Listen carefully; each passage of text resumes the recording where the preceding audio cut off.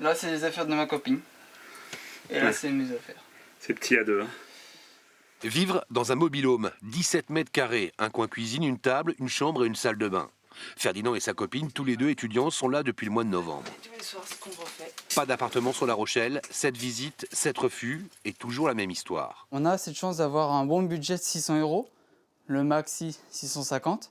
Mais malgré avec ce budget-là, on ne trouve pas. On ne sait pas pourquoi. Moi, j'ai un statut étudiant. On est inscrit chez Pôle emploi, on est inscrit chez Toute Aide pour trouver un logement. Sa copine est partie en visiter un du côté de Périgny. Alors, en attendant son retour, Ferdinand croise les doigts.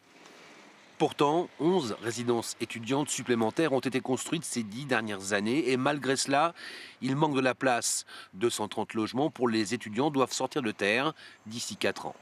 Il y a aussi à mettre en avant la possibilité que les jeunes logent chez les habitants. C'est une pratique anglo-saxonne.